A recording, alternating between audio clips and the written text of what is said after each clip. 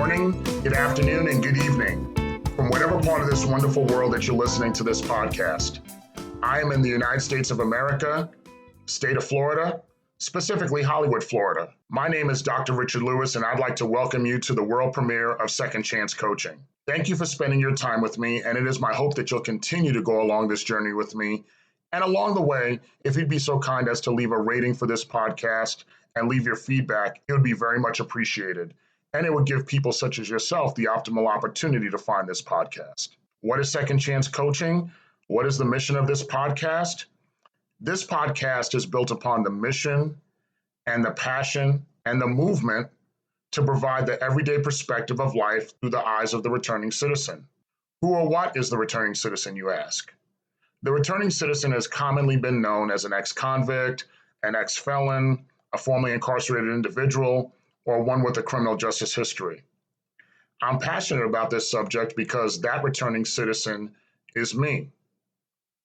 Second Chance Coaching is the movement that'll bring awareness to the challenges and triumphs of the returning citizen. In addition, Second Chance Coaching will also speak to the resiliency of the human spirit, the ability to overcome challenges through this journey we call life. As we all know, through its ups and downs, life does not take a time out, whether you're a returning citizen or not. In my life, in my journey, I've been fortunate to be tremendously blessed, not with riches, but with God's love, the love of my parents, my sister, my children, my niece, and countless family, friends, and loved ones. Weaved within those blessings over 20 years ago, I was convicted of a white-collar nonviolent crime. I strongly felt I was wrongly convicted. But what I'm looking to concentrate on today is that even in the challenge of being incarcerated and living with those collateral consequences, I've been fortunate to be blessed with God's love, family's love, the ability to focus and be resilient through tough times, and focus on what my next steps would be and living the best life I can. I'm starting and proceeding with this movement, this podcast, because when I was incarcerated, I saw many people come home, go home, and come back. And I would ask, why would they keep coming back? And there was just a lot of challenges that are associated with being incarcerated and your life post-incarceration. When I came home, I was really just trying to survive, really just trying to put the incarceration behind me. I looked at it as a scarlet letter. I looked at it as some sort of shame, a hit on my self-esteem. And I wasn't trying to embrace the blessing that came out of the challenge that I was going through. Spent a lot of time trying to seek and discover my voice. I thought that by getting further academic or professional accomplishments, it would heal or just put away that challenge. And I didn't really spend the time recognizing what blessings that could come forth from the challenges that I went through. When I went to prison, I already had a college education. I had my Bachelor of Science degree from St. John's University. I majored in athletic administration. I also had a Master of Arts degree at the time. Well, I still have the Master of Arts degree, but at the time I already had my Master of Arts degree in sports administration from Wayne State University in Detroit. And because of that education, I was assigned as one of my work assignments in prison to be a teacher's aide in the school. I would assist my fellow inmates in learning how to read and prepare for their high school equivalency diploma. The reading assignment during that time was Harry Potter and the Sorcerer's Stone. I think that because I associated Harry Potter books with my time in prison, I never read the books outside of assisting students in class, and I never saw any of the movies. In the afternoons, I had my vocational work assignment where I worked as a printing press operator in the prison's printing press. So any kind of publications, calendars, or anything that the prison put out, they did it in-house in the printing press, and I was one of the operators that operated that printing press. Since I had come home, my professional journey took me to so many different places over the years, and now I currently serve as a student services administrator and adjunct professor at our local community college. It has certainly given me the opportunity to work with students, make a difference in their lives, help assist in making their cricket path straight, and even had the opportunity to meet with students who had similar paths like me, trying to figure out where to go after being incarcerated or having some sort of criminal justice involvement. What I didn't realize, and certainly what they didn't realize, is as much as I was helping them and putting seeds in them, they were also putting seeds in me and inspiring me to continue my academic journey. I went and pursued my second master's degree, a Master of Business Administration degree in Human Resources from Nova Southeastern University. And during that journey, I did something that I thought I wouldn't do either. I went and pursued my doctorate degree and got my Doctor of Education degree in Organizational Leadership, also from Nova Southeastern University. Outside of my main jobs at the college that I work at, I also volunteer as the vice chairperson of the Institutional Review Board at the college. That Institutional Review Board is the board that reviews any research requests of any research that needs to be done or wants to be done by people within the college or outside the college, and to ensure that they are going through standard research ethics and standards that have to be followed in doing research, institutional research. I also volunteer as a member of the African American Council for the City of Hollywood, where we address needs, concerns of the African American community in the City of Hollywood. I also serve as the chairperson of the board of directors for the Florida Justice Center, which is designed to assist low-income defendants getting quality legal pro bono representation. As part of my doctoral program, you have to write what's called a dissertation. A dissertation, one could call it, is like a term paper on steroids.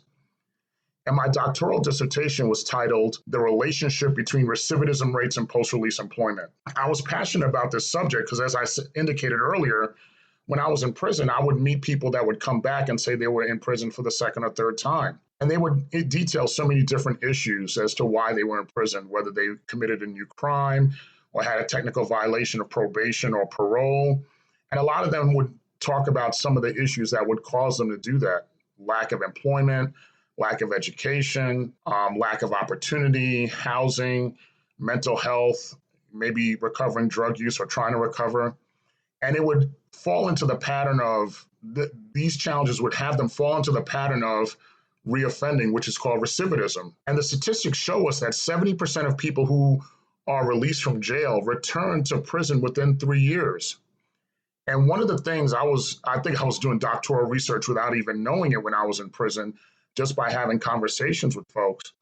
And one of the main things that they talked about was not having a sustainable full-time job or being able to establish a legal business because of some of the collateral consequences of having been in prison. When I did my doctoral dissertation, I decided to survey probation parole officers, human resource managers, and even direct service providers for returning citizens who'd been incarcerated. And the overall theme from all of them was that they all agreed that returning citizens won't reoffend if they have sustainable full-time employment. I surveyed 124 probation or parole officers, 47 human resource managers, and 83 direct service providers of returning citizens. I like to share some of those statistics with you. 87% of probation or parole officers said it was less likely for returning citizens to commit new offenses within 3 years if they had full-time sustainable employment. 76% of probation parole officers said it was less likely for returning citizens to commit technical violations of probation or parole if they had full-time sustainable employment. 73% of probation parole officers said it was less likely returning citizens would reoffend if they were operating their own legal business. Now, going to HR managers, 85% of human resource managers said they were open to hiring returning citizens. 55% of those human resource managers said their organizations would be open to hiring returning citizens. Here's two other interesting statistics that I thought was pretty interesting. 72% of human resource managers indicated that if they hire returning citizens, they felt they were hiring reliable and competent employees. And 60% of human resource managers said that their organizations felt that by hiring returning citizens, that they were hiring reliable and competent employees. Another interesting stat that I saw during the time I was doing this research was that 55% of human resource managers disagreed. They disagreed that criminal background checks are an accurate indicator of the type of employee they'll receive. So if you do a criminal background check, someone says, okay, well, they did this crime or they were convicted of this. That could give someone the thought in their mind that this person's a certain type of person, they're a bad individual. But over half of human resource managers disagreed that that's an accurate picture of the type of employee that they would get. Certainly, I could throw a whole lot of statistics at you, but certainly, if you're interested, you could read my 183-page dissertation. It's published on ProQuest. So on Google Scholar and other places like that. But the main point is, I wanted to demonstrate through my research that returning citizens that have purpose through employment or getting a business, it reduces recidivism. They become contributing taxpayers. And because there's no reoffending, there's no reoffending of crimes, people are not out there being desperate, it makes for a safer community. My dissertation and my passion for the dissertation also really came forth when I was working at the Fortune Society in New York.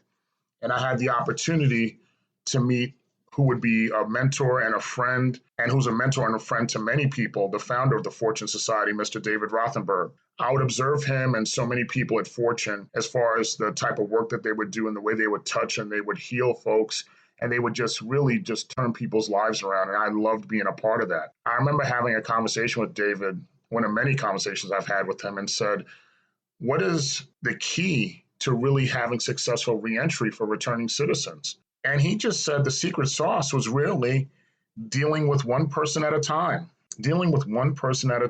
and showing that individual that their environment or their culture could be created to build such a powerful future that it's a challenge to their past. So much so that they'll overcome it. They'll overcome their past.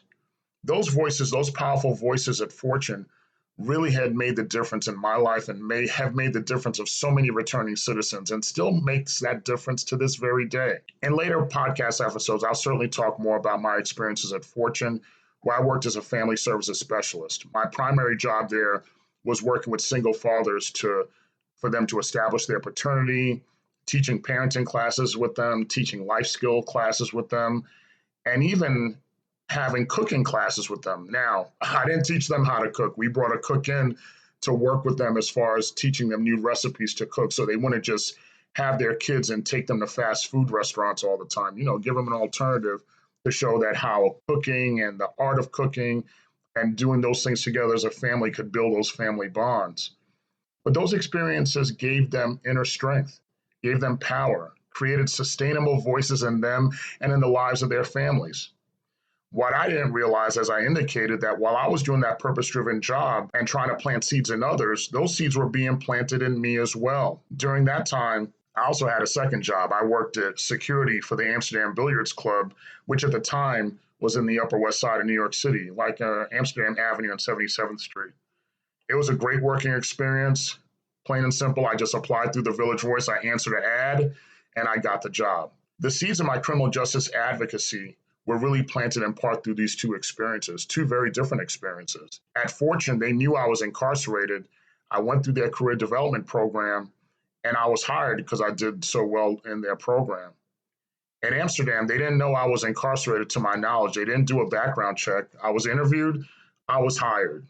I believe I interviewed well because I was able to demonstrate my authentic personality. And despite my physical presence, I'm one of those people that don't like to start fights. I like to de-escalate confrontations. And certainly in an upscale environment like that, that's a safe environment.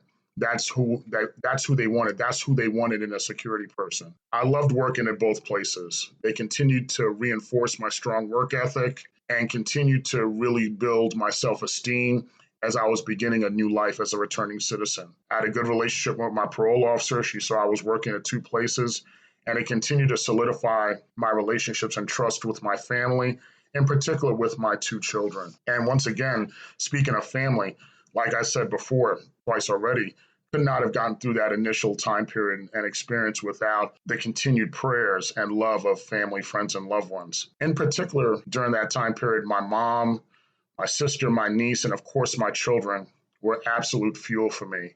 Even one of my aunties who lived and still lives in Brooklyn, I would see her regularly, and she would always fill in for my mom between my mom's work shifts and my work shifts when I was fulfilling part of my sentence on work release. And she'd do a lot of little things for me out of love. Cook dinner, allow me to take a nap between jobs at her apartment, and do those little things for me that certainly weren't so little, that sustained love and kept you driven to do well in life. When you go through those experiences where you don't feel as worthy and your self-esteem takes a hit, when you have that love of family that sustains you, strengthens you, speaks love into you, maybe not always through their words, but through their actions, you find yourself worthy. You're actually moving forward. and you're optimizing your second chance. And those second chances really happen every day. Those second chances happen when your mother looks at you and says that she's proud that you're her son. When your sister and your niece look at you and tell you how much they love you and they always have your back. When your children look at you and so happy to spend time with you and say, Daddy, you are our hero. When I have lifelong friends that look at me and say, we love you so much. We're bringing a new child into the world and we want you to be our child's godfather. And then it's just some of the normal things, going to work, going to the gym, going to school, taking classes, enjoying summers with the kids, just being an everyday person, but still being a returning citizen as well. You or a family member that you know might be a returning citizen. So connect with me and we could work together. I could coach you one-on-one. Certainly you won't speak to an assistant. You won't speak to anybody else. You'll speak directly to me. If you're a business or a college or university that are engaging with returning citizens, either they're being hired into your organization or you're accepting them as students into your college and university, work with me one-on-one as well. And I can navigate you through that process. You can email me at richard@secondchancecoaching.com. That's richard@secondchancecoaching, all one word, .com. You could also reach me through Instagram at the Dr. Richard Lewis. That's THEDRRICHARDLOUIS. Thank you for taking this journey along with me. Thank you for joining me on Second Chance Coaching. And I look forward to us taking this journey together. And remember, every day that you're blessed to wake up, every day that you're blessed to see another day, you have your second chance. Thank you so much, and I look forward to talking to you soon.